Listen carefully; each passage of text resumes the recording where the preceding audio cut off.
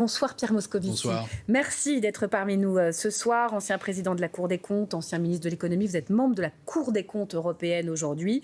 On va parler politique, bien évidemment. La campagne est lancée, présidentielle 2027. Mais d'abord, votre regard sur ce choc pétrolier que nous traversons. Est-ce que c'est bien un choc pétrolier ? On n'a jamais vu des prix du baril du pétrole aussi hauts et aussi volatiles. Et est-ce que vous pensez qu'on va vivre comme ça, désormais, de crise énergétique en crise énergétique ? Incontestablement, c'est un choc pétrolier. Quand les prix du baril varient de 70 à 120, avec effectivement des cours assez erratiques, avec une tendance à la hausse qui est très nette, avec un impact sur l'inflation qui est clair, un impact sur la croissance qui est évident, oui, c'est un choc pétrolier.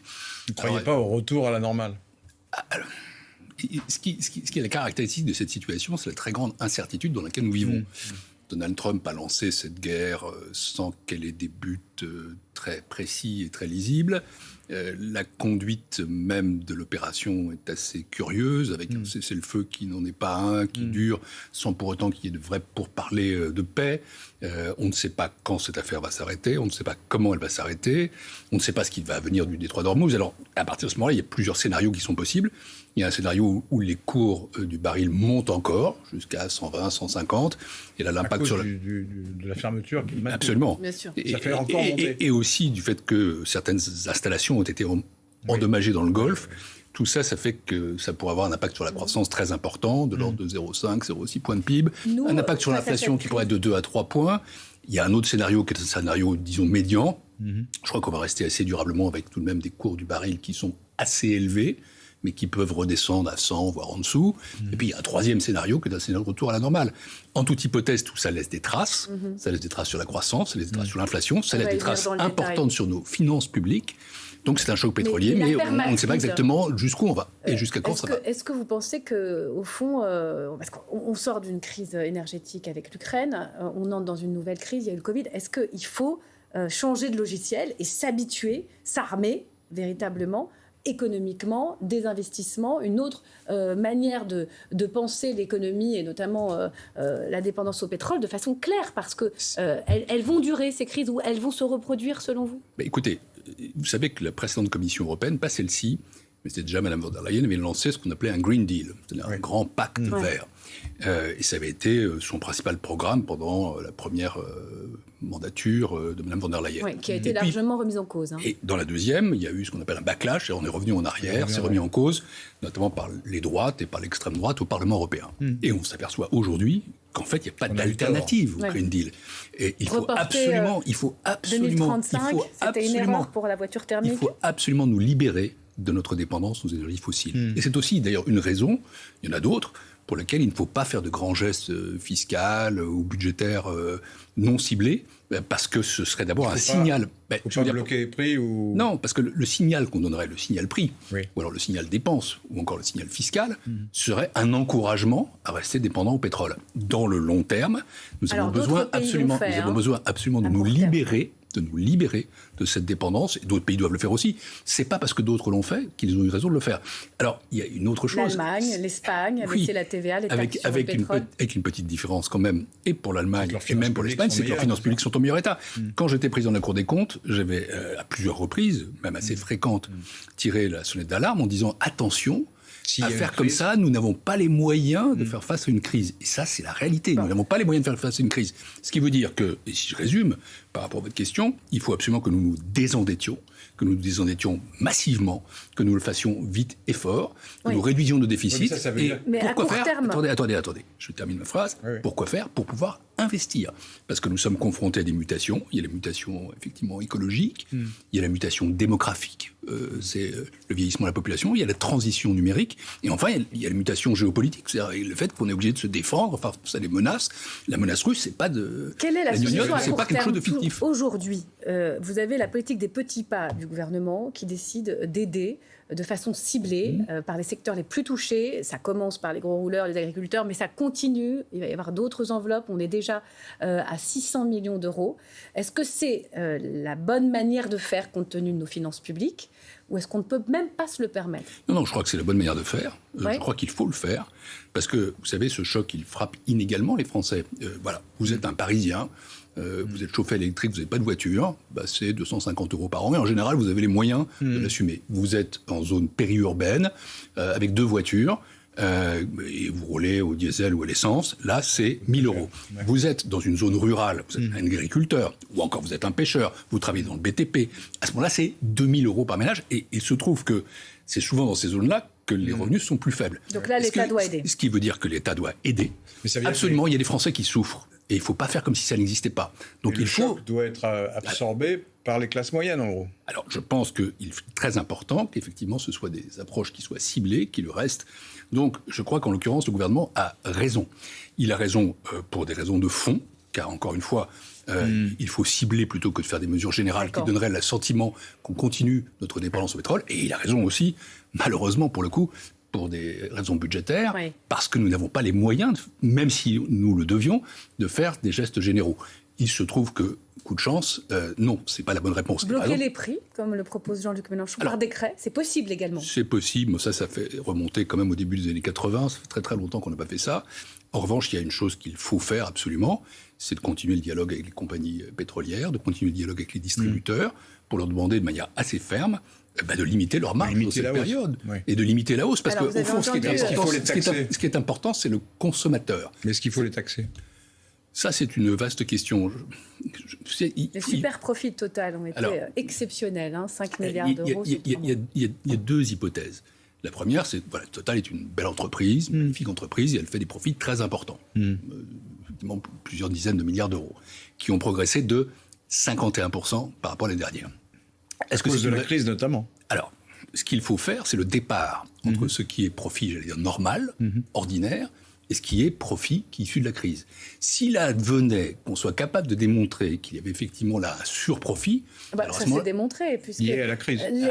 Les coûts de l'extraction du pétrole, qui est la première activité de Total, il n'a pas changé celui-là. Oui, mais c'est la revente avec l'envolée des prix. C'est sur une période un peu plus longue qu'on arrive à juger ça. Et à ce moment-là, je pense que la taxation n'est pas une mesure qui peut être exclue. À quelle échelle ? Alors, à quelle échelle ? Surtout, à quelle échéance ? Parce qu'encore une fois, je reviens à ce que nous disions au début. La question, c'est combien de temps tout ça dure ? Quelle est l'ampleur du choc ? S'il advenait que ça s'arrête dans les semaines à venir, alors à ce moment-là, la question ne se poserait pas. Si ça dure plus longtemps. Vous êtes contre la taxation des super-profits. Mais quelle taxe ? Vous avez vu que les socialistes proposent une taxe en France, dans le budget ? Vous, député socialiste, vous la voteriez ? Écoutez, je ne suis pas député socialiste. Ça fait bien longtemps que je ne le suis pas.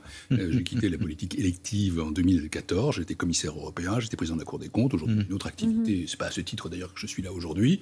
Bon... mais l'idée même de taxer les super-profits... Je viens de vous répondre. C'est pas... Je pense que le débat sur le principe... Il faut cibler là aussi. Après, il faudra trouver les bonnes modalités. Et nationaliser Total, c'est une bonne idée ?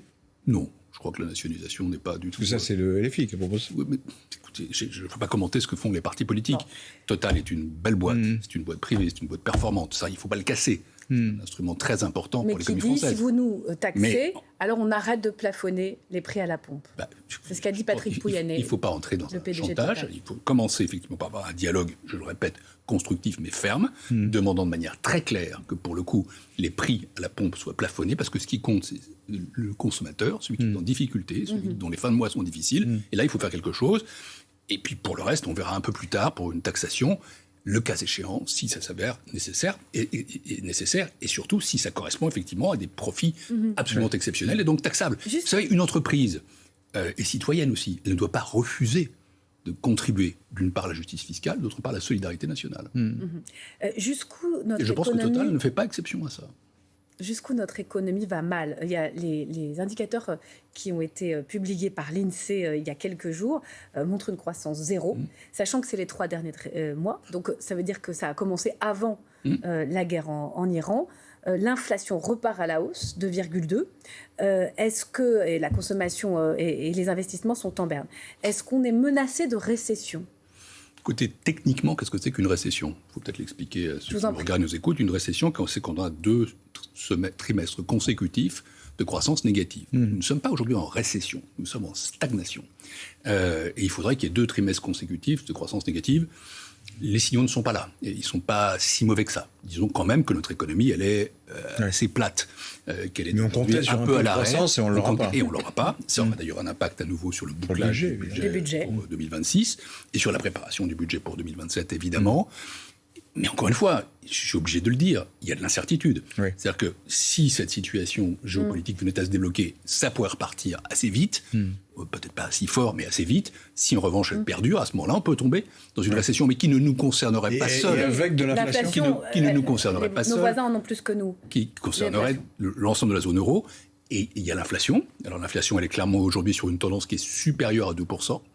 Si, encore une fois, attendez, si le choc pétrolier perdurait, ça veut dire qu'elle pourrait atteindre 3%. À ce moment-là, il y a une question qui se poserait. Oui, mais c'est pas forcément c'est une hausse des prix, mais c'est pas forcément un processus inflationniste, parce que si les salaires ne bougent pas mais les salaires bougent. Les salaires, dans le cas de l'inflation, ils s'ajustent. Et ils s'ajustent même assez largement. Les salaires augmentent en ce moment. Ce qui d'ailleurs n'est pas non plus forcément un élément excellent. Mais est-ce que la Banque Centrale Européenne devrait intervenir ?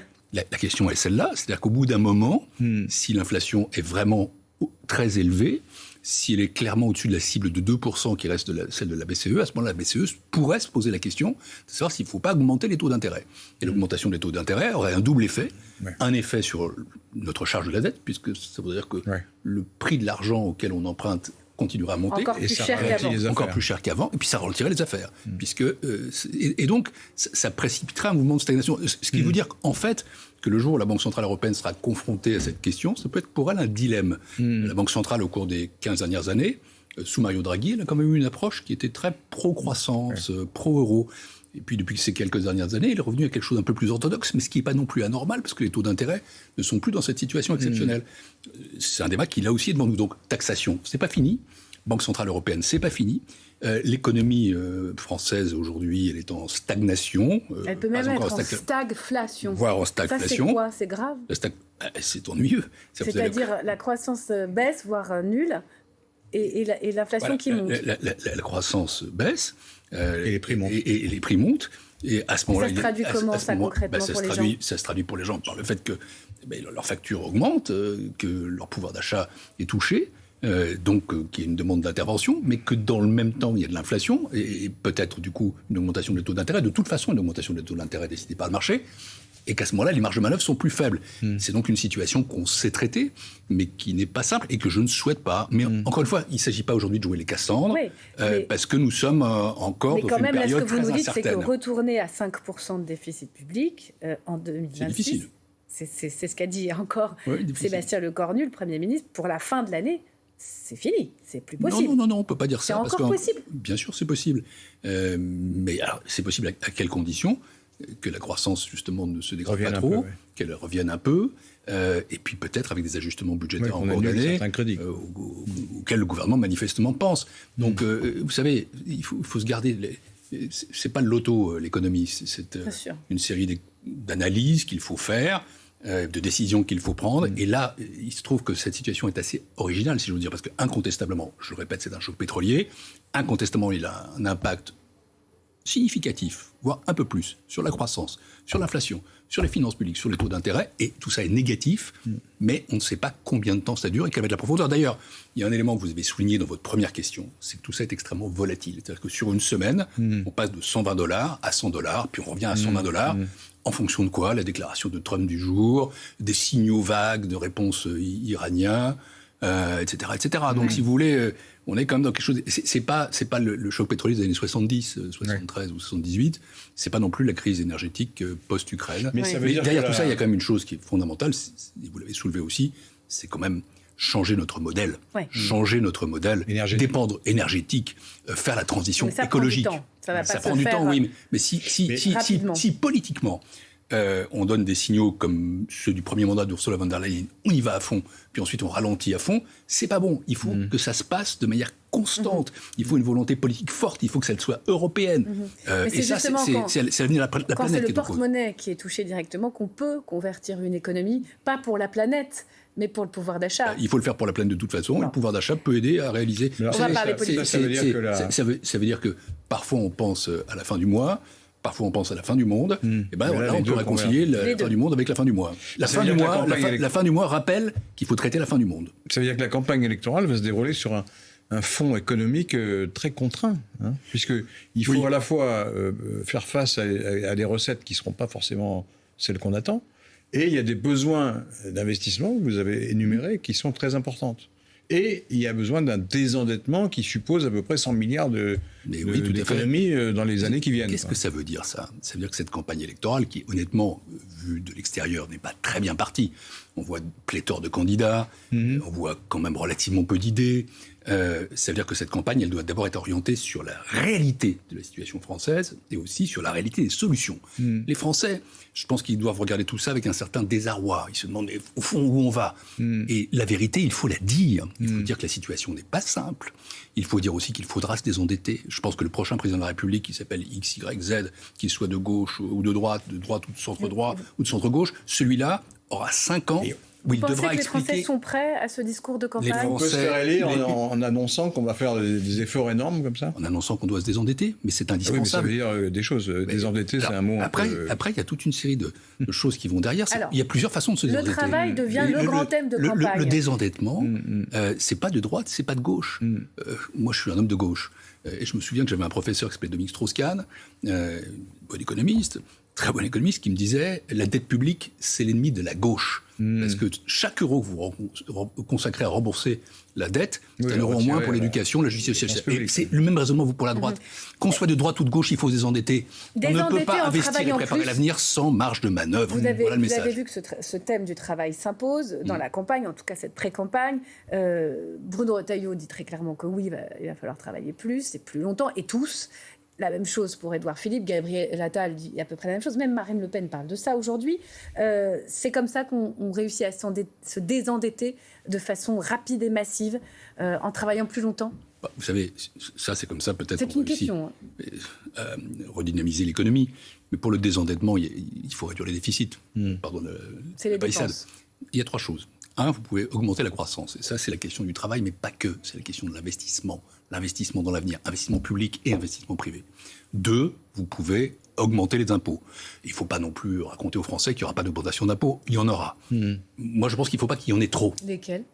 Encore une fois, on verra ce qui se passe dans l'avenir. Mais quels impôts seraient les moins... Mais là encore, la question des impôts... difficile à absorber. La question des impôts est une question politique. Elle a toujours été politique. Quand Joseph Caillot crée l'impôt sur le revenu en 1913, c'est politique. Et il y a plusieurs façons de voir l'impôt, qu'on soit de gauche ou de droite. La TVA sociale, par exemple. Non, ne me faites pas jouer la question pour un champion. Mais simplement, il y aura le travail paye. Non, il y aura des mesures de droite et il y aura des mesures de gauche. Et je pense que ce sera un des thèmes de la campagne. Pour répondre comme Laurent Geoffrin, je pense en effet que cette campagne, certains pensaient qu'elle se déroulerait sur le terrain de l'immigration, de la sécurité ou des questions, je veux dire, d'identité culturelle. Elles seront présentes, bien sûr. Mais la vérité, c'est que, comme bien souvent, et peut-être plus encore cette fois-ci, ce sera une campagne qui se déroulera sur le terrain économique et social. Alors, il y en a un qui dit... Il y a 2 questions qui se poseront. Économique et social, ce sera ça, les thèmes de campagne. Je crois. Il y a plus 2 que questions. les questions internationales. Il y a 2 questions qui... c'est lié, parce que l'international, aujourd'hui, est étroitement mêlé à l'économique et au social, donc la question de la crédibilité sera posée là. Mais en réalité, qu'est-ce qui se passe ?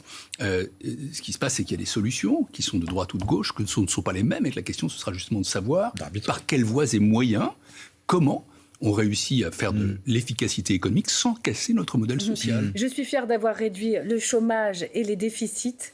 C'est ce qu'a dit aujourd'hui Édouard Philippe, plus que jamais candidat pour ce quasi premier meeting de campagne. Vous pourriez voter pour lui ? Écoutez, le vote est secret. Et par ailleurs, j'ai aujourd'hui un devoir de réserve. Il a réussi à redresser les comptes publics. Je vais vous faire une révélation. Je n'ai pas suivi de greffe de cerveau. Donc, en général, je ne vote pas à droite au premier tour. D'accord. Mais au deuxième tour... J'ai même toujours voté à gauche. Tiens. Mais si vous craignez qu'il y ait un deuxième tour Mélenchon, Le Pen, enfin RN... Là, vous soulevez... Là, vous pourriez éventuellement... C'est le vote utile du premier tour qu'a théorisé François Hollande. Vous le soulevez. Ça s'est passé 2 fois. Alors, puisque vous parliez de... Ce que je dis là, c'est passé 2 fois avec Macron. Vous savez, Édouard Philippe, en réalité, et Emmanuel Macron, au début de son mandat, ils se sont inscrits largement sur la dynamique qui avait commencé avant. Ça, il faut le dire. C'est-à-dire que la réduction des déficits, pardon, moi je suis arrivé à Bercy, j'étais ministre des Finances en 2012, les déficits étaient à 5,2%, je suis parti de Bercy en 2014, il était à 3,9%. La politique de l'offre d'ailleurs. Et la politique de l'offre a commencé à ce moment-là. Par Emmanuel Macron, initiée par François Hollande et vous-même à Bercy. La Banque publique d'investissement a été créée en 2012. On a mis en place ce qu'on appelait le CICE, le crédit d'impôt pour l'investissement. Pour l'investissement. Donc si vous voulez, là il y a une forme, c'est-à-dire de continuité, même avec certaines différences, puis ils ont fait des réformes plus libérales sans aucun doute.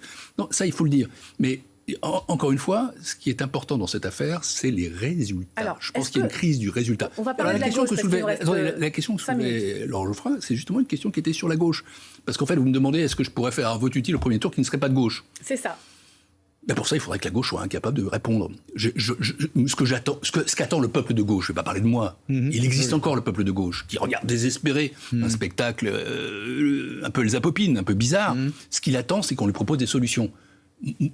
Un homme de gauche, une femme de un homme de gauche n'a pas travaillé, il a proposé un homme ou une femme de gauche a envie qu'on lui propose un programme, une plateforme, une incarnation, une équipe qui soit crédible. La démarchandisation de Boris Ballot. Je ne vais pas commenter tout ça. Je pense simplement que, vous savez, moi, par définition, quand un parti travaille, c'est mieux que quand il ne travaille pas. Quand des hommes et des femmes font des propositions, c'est mieux que quand ils n'en font pas. Et je respecte ceux qui font des propositions. Mais vous avez il faut les respecter. Ils ont fait des propositions au PS. Donc je viens de vous dire que je respecte les propositions et ceux qui les font. Mais je vais dire une chose un peu différente. Je crois que derrière ça, au-delà des slogans, au-delà des mots, il faut quand même traiter les vraies questions. Et les vraies questions, c'est l'investissement, c'est la préparation de l'avenir, c'est la question démocratique, c'est la question européenne, c'est la question, oui, de la dette. Il faut les traiter quand on est de gauche, dans une logique de gauche, quand on est de droite, dans une logique de droite. Mais on ne peut pas l'éviter. Les Français, vous me demandez s'ils étaient prêts, on ne peut pas leur raconter de sornettes. Comment votre famille alors ? Parce que c'est votre famille, la social-démocratie. Est-ce qu'on peut faire un programme de gauche uniquement en disant, vous savez, il y a des problèmes, on va essayer de les résoudre, et on va vous demander des efforts supplémentaires, ils seront mieux répartis que pour la droite ? Il faut jamais. Est-ce qu'il ne faut pas autre chose, un peu de projet à plus long terme, en disant on va essayer de faire une société meilleure ou il faut travailler une bonne vie, il faut travailler un bon gouvernement, il faut une société meilleure, oui, sans doute, une société plus juste. Mais les donc deux, le progrès, les deux, vous savez, dans l'état Lionel Jospin est mort il y a quelques semaines. Il avait été mon mentor et mon maître et mon ami par ailleurs. Il avait une formule en 97. J'étais à cette époque-là le plus jeune ministre de ce gouvernement avec Dominique Voynet. Ça ne me rajeunit pas. Il disait qu'il fallait faire du réalisme de gauche, c'est-à-dire tenir les deux bouts de la chaîne, les deux bouts de l'omelette. Être de gauche vraiment, c'est-à-dire faire des transformations sociales et des progrès de société, mais être aussi réaliste. Le gouvernement de 97 auquel j'appartenais, ce gouvernement-là a fait entrer la France dans l'euro. Le déficit a été 4% en 97, 1,5 en 2002. Non. Ouais, on ne va pas faire le bilan. Et j'ai appartenu dans un gouvernement qui est aussi réaliste. La gauche, c'est pas géré, c'est pas vrai. Non, mais aujourd'hui, la social-démocratie, c'est votre famille politique. Elle est complètement éclatée. Vous avez Bernard Cazeneuve, François Hollande qui se prépare, Raphaël Glucksmann, Yannick Jadot également. Comment vous expliquez ça ? Qu'est-ce qui s'est passé dans cet espace politique-là pour que la fragmentation l'emporte sur les idées ? Les 10 années qui nous séparent de 2017 n'ont pas été exploités pour faire un travail suffisant pour parvenir à créer ce que Lionel Jospin avait fait à l'époque. C'est pour ça que je le mentionnais. Je n'ai pas une nostalgie.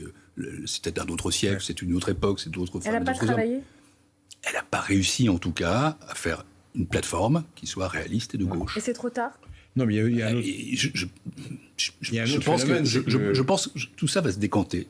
Tout ça va se décanter assez tard. Mais je le dis ici parce que je le pense. Je pense que si on n'est pas capable, encore une fois, de tenir ces deux bouts de la chaîne, d'être parfaitement de gauche et d'être parfaitement réaliste, alors il y aura bien un candidat à la fin, mais c'est pas bon. Très rapidement. S'il y a un candidat qui se dégage, il a une chance.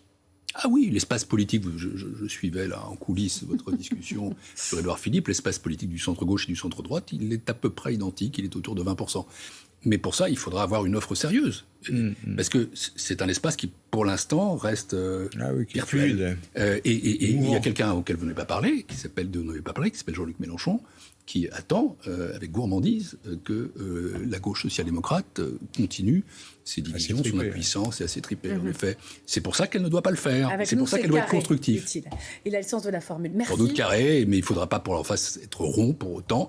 Mais il faudra être ferme et présent. Merci Pierre Moscovici d'avoir été notre invité dans Tout est politique ce soir.